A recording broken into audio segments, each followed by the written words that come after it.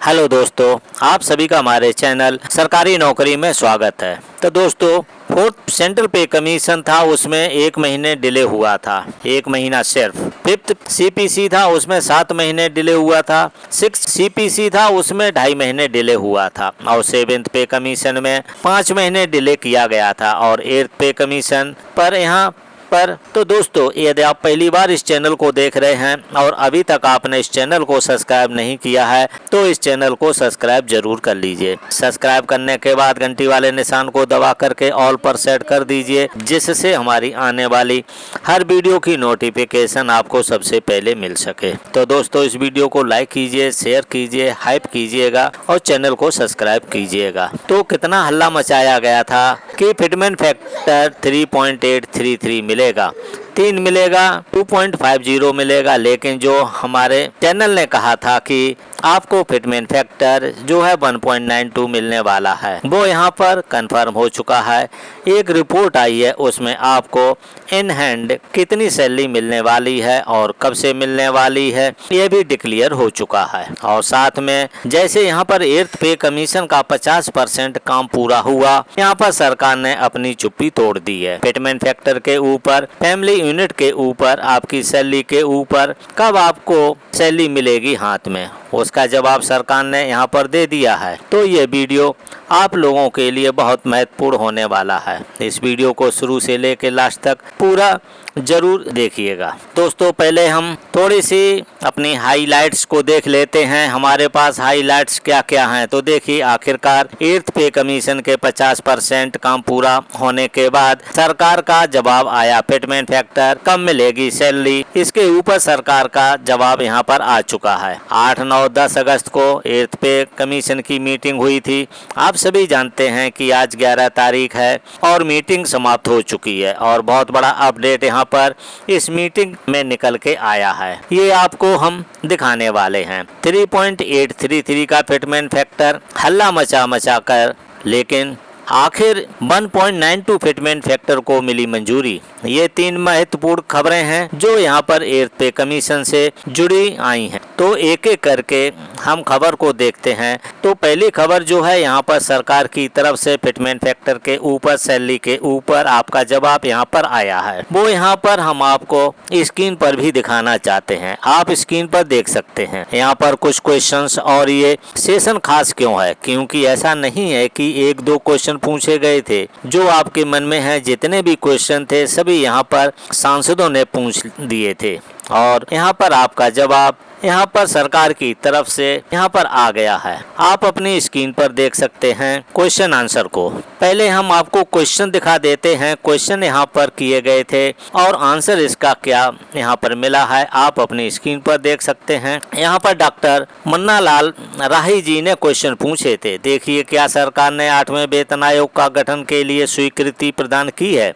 यदि हाँ, आयोग का गठन की तिथि और इसके अध्यक्ष को सदस्यों का ब्यौरा क्या है? ब्यौरा द्वारा अपना प्रतिनिधित्व प्रस्तुत करने के लिए निर्धारित समय सीमा क्या है? आयोग की सिफारिशों को किस स्थिति से लागू किया जाना प्रस्तावित है? वेतन संशोधन, महंगाई भत्ते, अन्य भत्ते, पेंशन, परिवार पेंशन, सेवा शर्तों के संबंध, आयोग की विचारधारा में शामिलों का ब्यौरा क्या है? मतलब क्या क्या बढ़ाएगी सरकार? क्या सरकार कर्मचारियों और पेंशन भोगियों के हित में अतिरिक्त कल्याणकारी प्रावधानों का विचार कर रही है? यदि हाँ, तो उसका ब्यौरा क्या है? क्या सरकार कुछ चेंज करने वाली है? उसका ब्यौरा क्या है? क्या सरकार का आयोग की सिफारिशों के कार्यान्वयन के बाद किसी प्रकार की व्यवस्था अपनाने के लिए राज्यों को भी परामर्श जारी करने का विचार है? यदि हाँ, तो इसका ब्यौरा क्या है? तो इतने सारे क्वेश्चन जो हैं पूछ दिए गए हैं और जवाब इसके ऊपर जो है हमारे वित्त राज्य मंत्री पंकज चौधरी जी ने यहाँ पर दिया है। का से लेकर के खा तक के जितने क्वेश्चन थे, आंसर दिया है कि सरकार द्वारा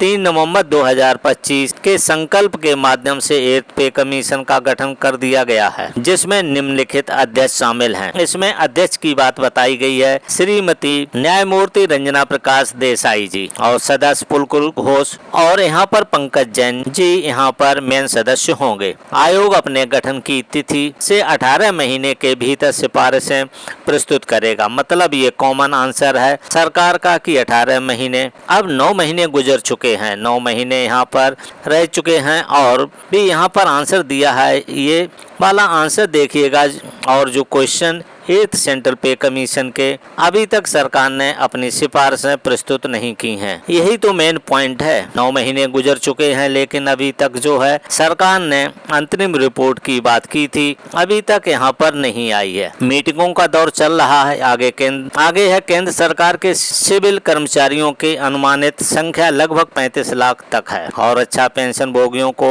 छोड़कर पेंशन भोगियों की संख्या 33 लाख है। ये पूरा बता दिया गया है कि दिनांक 3 नवंबर 2025 के संकल्प के माध्यम से अधिसूचित 8वें वेतन आयोग के विचार अध्ययन विषय अनुबंध 1 में संलग्न है। मतलब वो जो क्वेश्चन पूछे गए थे उनका घुमा फिरा करके आंसर दिया गया। ऐसा नहीं है कि सरकार ये बता दे कि आपको कब से एरियर मिलेगा, कब से फिटमेंट फैक्टर मिलेगा, कितना मिलेगा, कितनी सैलरी मिलेगी, ये सरकार ने क्लियर नहीं किया है। लेकिन जो हम आगे क्वेश्चन आगे आंसर आपको लेटर दिखाने वाले हैं, ऑर्डर दिखाने वाले हैं, उसमें सारा कुछ क्लियर हो चुका है। पहले चलिए बढ़ते हैं हम अगली खबर की तरफ। यहाँ पर जो 8, 9, 10 अगस्त को 8th CPC की जो मीटिंग हुई थी उसमें क्या कुछ हुआ है ये सामने यहाँ पर निकल के आ गया है। तो देखिए ये जो मीटिंग थी, क्योंकि देखिए दिल्ली में ही 8th CPC का मुख्यालय है और यहीं पर सब कुछ होना है। तो दिल्ली में जब भी कोई मीटिंग होगी 8th CPC को अहम होगी। आप अपनी स्क्रीन पर भी देख सकते हैं। तो देखिए 8, 9, 10 अगस्त को जो मीटिंग हुई थी ये डिमांड सामने रखी गई थी कि किसके द्वारा जितने भी एसोसिएशन हैं NCJCM हो, FNPO हो या कोई भी एसोसिएशन हो, उनके द्वारा ये मांगे रखी गई थी। उसमें सिविल की मांगे थी, डिफेंस की मांगे थी, केंद्रीय कर्मचारियों की कॉमन मांगे थी। आप अपनी स्क्रीन पर वो चीजें देख सकते हैं। इसमें कॉमन मांगे जो है वो आपके लीव इनकैशमेंट को लेकर के है, फिटमेंट फैक्टर को लेकर है। तो देखिए फिटमेंट फैक्टर जो है 3 मिनिमम यूनिफॉर्मली बनाया जाए और एनुअल इंक्रीमेंट दिया जाए। मतलब यहाँ पर कोई कमी पेशी जो है अभी नहीं रखी गई है।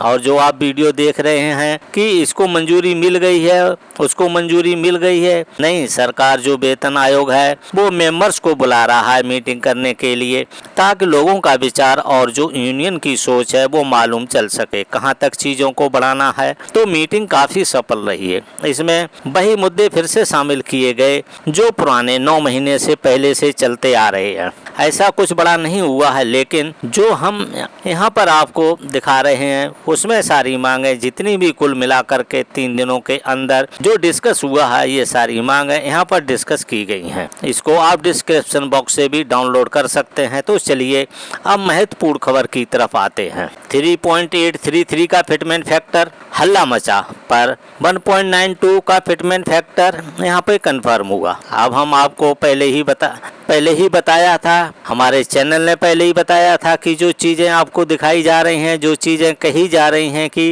इतना कुछ मिल जाएगा, इतना कुछ मिल जाएगा, ऐसा कुछ होने वाला नहीं है। आप अपनी स्क्रीन पर देख सकते हैं ये रिपोर्ट कोई आम रिपोर्ट नहीं है। जितने सभी वेतन आयोग आए हैं, 1 से लेकर अभी तक के जितने वेतन आयोग में, उसमें एक चीज देखी गई है कि कॉमन बढ़ोतरी जो थी, मतलब जो बढ़ोतरी हुई थी 15 से लेकर 20% हुई सभी वेतन आयोग में। एक कॉमन फैक्टर निकल के आया है 15 से 20% की बढ़ोतरी का। सरकार ने कुछ यहाँ पर ज्यादा बढ़ाया नहीं है। यहाँ पर देखिए, आप अपनी स्क्रीन पर रिपोर्ट भी देख सकते हैं। सबसे अहम सवाल है कि जितने भी हम कैलकुलेशन कर लें 1.92 फिटमेंट फैक्टर निकल के आ रहा है। आप अपनी स्क्रीन पर भी देख सकते हैं DA 60% है। ये सबसे कॉमन पॉइंट है कि DA यहाँ पर आपका 60% है। इस रिपोर्ट में ये लिखा गया है कि DA 60% है और यही सबसे मेन रोल है कि रियल इंक्रीमेंट 15 से 20% है।